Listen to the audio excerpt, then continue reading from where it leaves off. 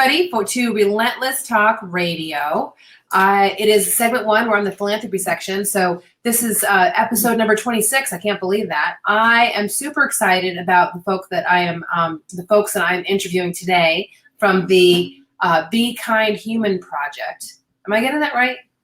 The Be Kind People Project. People Project. And it was people are human. Human people. People are human. I'm human all the time, all day long, right? So tell everybody who you are and what your organization is, and a little bit more about the population that you serve. Okay, so my name is Bo Whittenton, and I'm the Chief Services and Programs Officer for the Be Kind People Project, and we are a public 501c3 nonprofit, and we go into schools with a character and youth development program to provide students with comprehensive youth development and project-based learning. We are 94% of our programs are we're in Title I schools, public and charter. We have are nationwide. We have nationwide presence, and our vision is to build a generation of respectful, responsible, healthy, and caring leaders. I love hearing that. Yeah, we've distributed over 30 million classroom resources. We have had over 250,000 teacher contacts, presented over 500 Be Kind Crew assemblies, and have distributed online resources to 493 cities. We have over 5 million student contacts, so we're busy. Wow. Hey, do me a favor and move to your right a little bit so we can make sure that you're centered in the screen the other way. My left. Yeah. You're right. Very okay, cool. And then tip your camera down just a little bit because we have headers below us. Okay. So people can see you. Better? That's better. Awesome. Cool. So this is an amazing thing. It's a conversation I have a lot actually with my friends about, I grew up Irish, Italian, Catholic. So please and thank you and being nice to each other. I mean, these were just things that, if I didn't do, my mom gave me the greasy eyeball, right? Right? I mean, I remember sitting in church and you get that look and you're like, okay, I'm not moving or breathing or I'm not even going to listen. I'm just going to so I think that there's definitely been something that's changed in our culture around the idea of being polite and kind, generally, kind of like as an obligation, but also as a character builder, right? I mean, I think that being kind it builds your character, right? Well, I agree. And when we started this organization, we really did not want for kindness to sound like something fluffy. We wanted it to be something that kids could really relate to and understand. So we believe that kindness is intentionally extending good to others, and it goes to the core of how people treat each other. So we came up with a Be Kind pledge, and that's the foundation for everything we do. And kids understand it. I hear them talking about it in the halls of schools, and there are 10 life skills to the pledge. And it's things that everybody needs to do, not just kids, but we need it. Oh yeah, being nice to each other. I mean, that kind of leads me to the next question, like why bother? Like why do this work? I mean, this is really common sense work that is like super out of the box, right? Why do this? It is. Well, I can tell you why I do it, and I can tell you why we do it as an organization. This is my passion. It is literally what I think about when I get up in the morning and what I think about before I go to bed at night. And I do it because I have seen the difference that our program is making in schools. I've seen it firsthand. And as an organization, we believe that meaningful character and youth development is an essential pillar of effective social, emotional, and academic learning. School reports have told us that when they bring our program into the school, the behavior issues decrease by 20% in the first year and up to 76% by year 3. So we have a proven record, but it's the kind of thing that it's very basic. And it's how we treat each other. And it not only applies to us treating each other on a day-to-day basis, but it goes into the social and emotional learning that so many schools are looking at now. That's where their focus is. And we have designed our programs to fit within that. Well, I can tell you that 42 nonprofits applied for the 13 spots, and you guys were pretty much top on my list. Well, thank you. what you're doing. I mean, I grew up in Vermont and I was raised by, awesome Irish mom and an amazing Italian father, and, grew up in my community where this was just a given. And I just think that we've moved so far away from it. I think part of it is there's so many blended families and single parent families now that everyone's just doing the best they can. So kudos to you guys for showing up and doing this in our community. We are indebted to you. It's a really super important skill that you're teaching kids. So thank you very much for what you're doing. Well, thank you for the opportunity. Story. So what do you think the biggest lesson is that you guys have learned? Because you've been around since 2011, correct? Am I right about that date? Yes. I think the biggest lesson that I have learned by being with this organization, and I have been with it since its infancy, is to listen. Every program we have is a result of listening to schools. Teachers and educators are the ones who are spending time with those kids. And like you said, the family has changed for their blended families. The families change for a variety of reasons. So those teachers and educators spend 6 to 8 hours a day with those students, and they are on the front lines. They know what's going on, and we value the relationships that we have with our schools. So we listen to them, and our programs have been developed around their needs and what's going to work. And if it isn't going to work, then we don't want to do it. And that's how we have developed every program that we have. Now, leading to the next question that's a really great leadway is what programs are you doing? Well, we have a variety of programs. The Be Kind Pledge is the foundation for everything we do, and it represents the skills of kindness and helps students understand to be encouraging, supportive, positive, helpful, honest, considerate, thankful, responsible, respectful, and to be a friend. So specifically, our programs address academic achievement, bullying and cyberbullying, healthy living habits and youth obesity, after-school enrichment, digital responsibility, and safety. So through this project-based learning, these kids are applying the Be Kind Pledge, and they learn to do what to do instead of what not to do. Kids are told all the time, don't. So instead of saying, don't do this, we say, be responsible, be respectful, be considerate, and all the life skills of our pledge. That's a really good thing. Like, people will tell you what not to do, but not what to do. So don't move, don't fidget. But then what do I do in its place? I was just thinking about this the other day as far as my own personal development. Whenever I make a decision to, I do some personal growth and I realize that there's something I need to stop doing, what I immediately need to do is replace it with something that I should be doing, right? So if I shouldn't be eating cookies, I should be eating more broccoli, right? Or whatever the behavior that's not getting where you want to go, right? So for kids, right. Stop doing that. Well, okay, I'll stop doing that, but what do you want me to do in the place of that? Because the reason why I'm doing that is because I'm frustrated, or I have a loss for what else to do with myself, or, no one's ever told me what to do with myself. So fill me in, right? So I love that you're doing that. That's really awesome. That's very. One important thing about our programs is that our online programs and our in-person programs are presented through the voice and attitude of our Be Kind crew.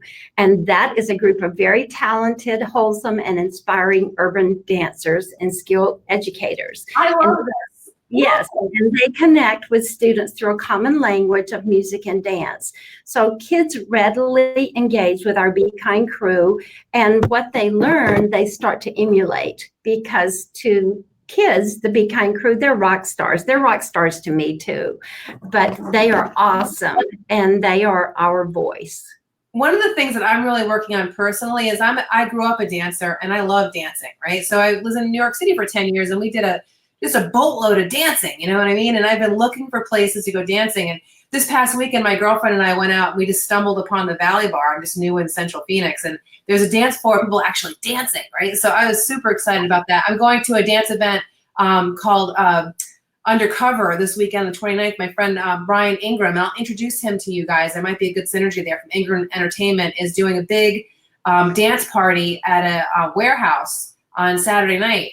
I think that dance is one of the most important things that anybody can do, no matter how old you are, whether you're doing ballroom dancing or you're just, you know, my mom always made us dance in the living room. My mom grew up in a hotel in Ireland, and they had the only dance floor for like 50 miles. And so dance was always like a huge thing. If ever there was something really challenging going on in my family, we were dancing in the kitchen. So I love that you've incorporated dance. How did that happen, by the way? I'm sorry? How did dance get so involved? I mean, was your founder's name again is? Marcia Meyer. She is our CEO and our founder. Was she No, she is actually a former educator and very successful business lady, but she started out as a school teacher. So she comes from a family of educators, but we knew a few dancers. And when we first started this organization, we took them with us into schools and realized the impact that they had. And the Be Kind Crew was formed. And as I say, the rest is history.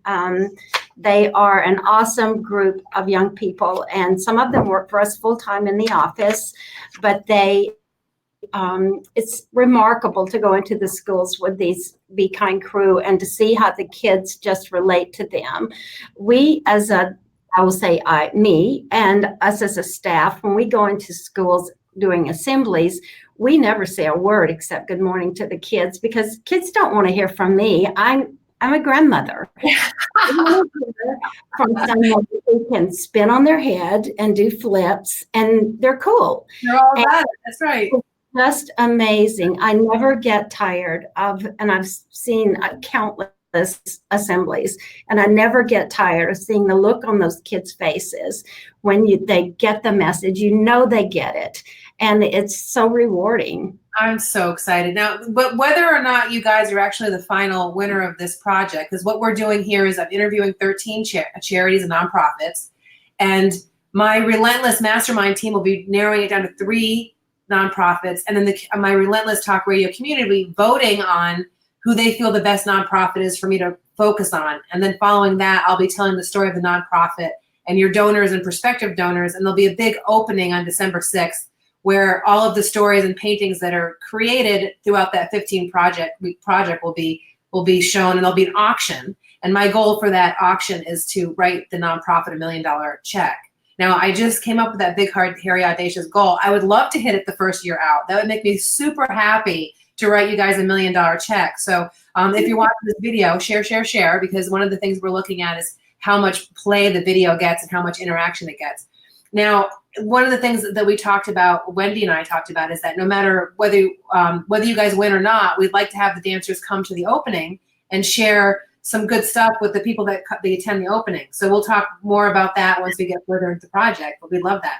So what's your favorite skill and why? I think my favorite one is be a friend.